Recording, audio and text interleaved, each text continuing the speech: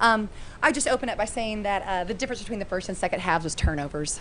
It's the bottom line. You know, it's just that simple, and we shot the ball pretty well. Both halves finished up shooting 47% on the game.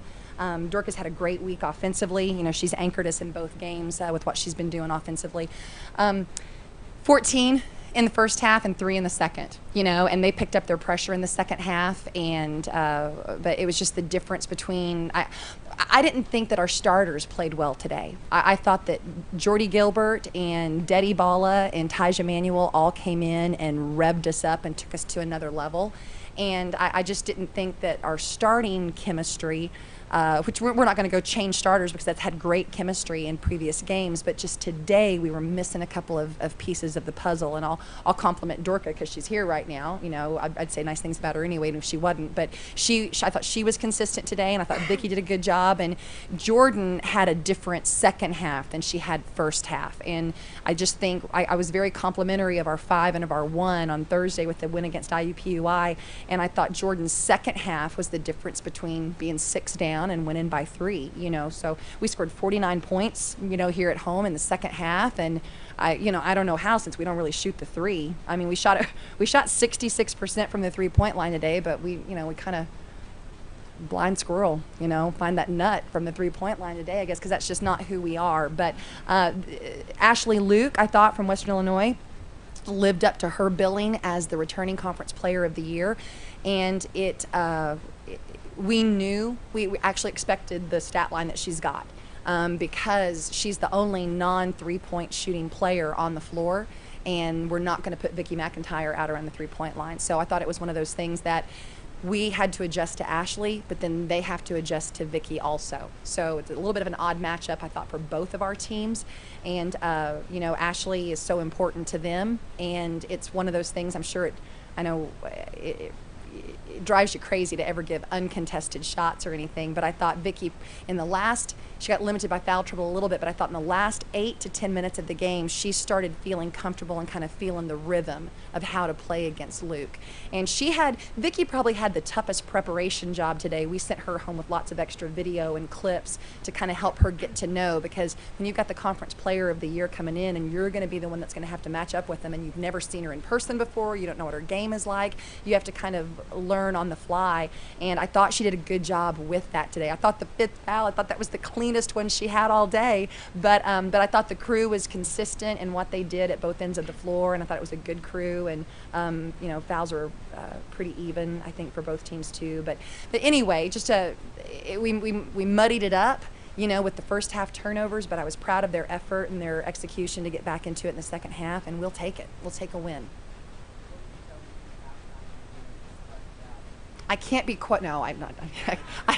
I can be quoted on it. It was definitely PG worthy, but it was intense. It was definitely a wake up call and a frustration, and we kept it very real at halftime, because the bottom line is this is a special group of women off the court, and their chemistry is great, but one of the things is that when we aren't sharing the basketball, you know, not only were our turnovers high, but our assists were low in the first half.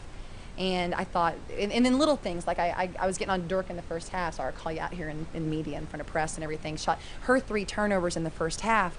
I liked what she was trying to make happen. They're just poor passes. But all 3 of her turnovers in the first half came from looking to feed Vicky, but she was throwing to a 6-foot post player instead of a 6'7", you know, so people were getting a piece of it. So just little things like that, the things that we were trying to do to share the ball just weren't sharp, and then there was too much one-on-one going on with turnovers resulting out of it. So, you know, we kept it very real at halftime, and just let them know. I mean, the decision is up to them at that point. Game plan was the same. We made a couple of offensive adjustments with what we did with our set so that we get different angles for entering it to the post players in the second half, but the difference was we took care of the ball. We valued it in the second half with just 3 turnovers. So when the players decide to do that, you know, and they've done it, you know, our South Dakota game, we had 5-6 turnovers, I think, for the whole game. It's a good, clean basketball game to watch, you know, and we just don't treasure the ball and value it. I go gray. I make, you know, very loud halftime comments to my team, you know, but I also sit in here with you guys a lot, and I always say that I don't like having nothing to say to them at halftime. So maybe they were just helping me out today. They wanted to give me some halftime material, so I took it.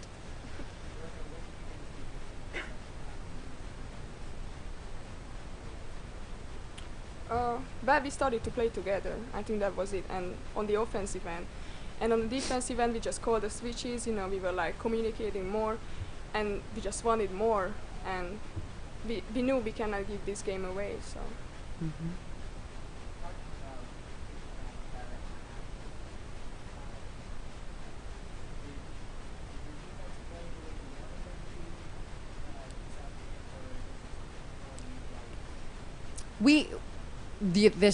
I don't know, this could be really strange because coaches don't normally say this. We actually overworked was the term that I used with our team both at halftime and before the game. And she was 16 or 17 feet from the basket and they were kind of trying to cut off her for handoffs.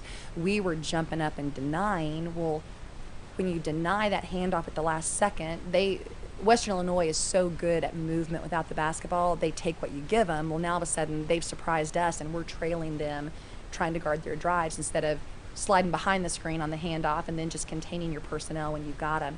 So I just thought, and I thought the same thing happened when they made post-entry passes.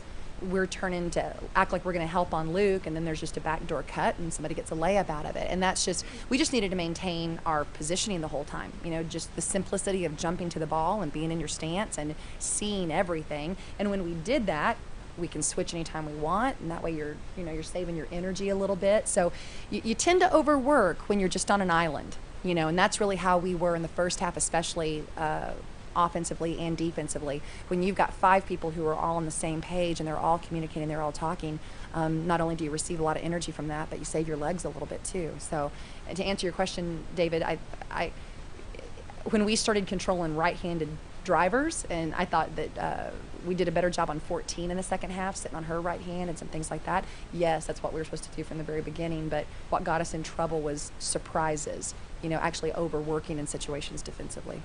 So.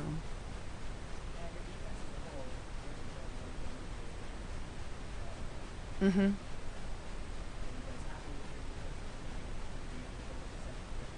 I don't think we should have given up 17 three-point shots.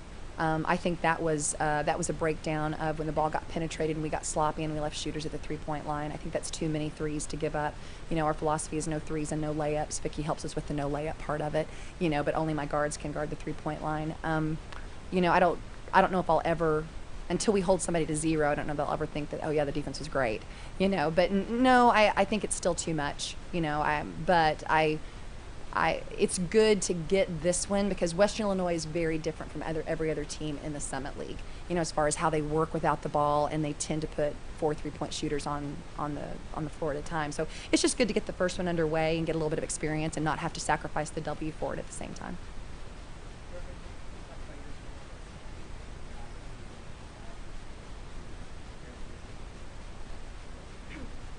I think this period, where are we right now, it's all about mental. Like, we're playing 2 games in 72 hours. It's not about, like, physically how prepared you are. Like, of course, you are tired after a game. But I think, like, especially me, like, I was mentally ready to go, and I think it's going to be, like, true for the whole team that we are right where we need to be. Mm-hmm.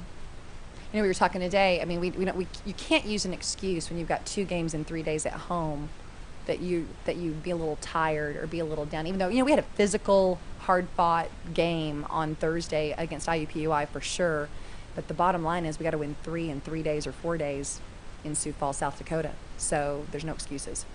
Toughen up and get it done. So.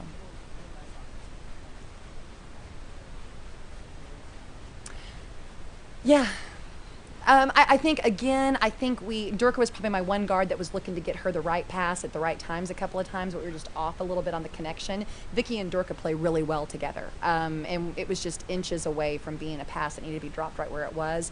I think the adjustments that we made in the second half, I think one of the very early possessions we had, I think Faith made the high-low pass to Vic, and she got an easy one off the glass. And I think we were just about to get to a point that she was going to get a few more, and she got her 4th foul. But Detty came in and picked up the slack beautifully at the offensive end. Really helped us continue to have a good pace and tempo. Got a couple of big buckets and big rebounds for us, and free throws down the end too. So, and it's obviously Vicky's a key point to what we're doing. But when other people start to, when we're shooting 47% from the field, it doesn't have to all come through Vicky's hands. We're happy to do that with all of our other kids. So, all right, thanks guys.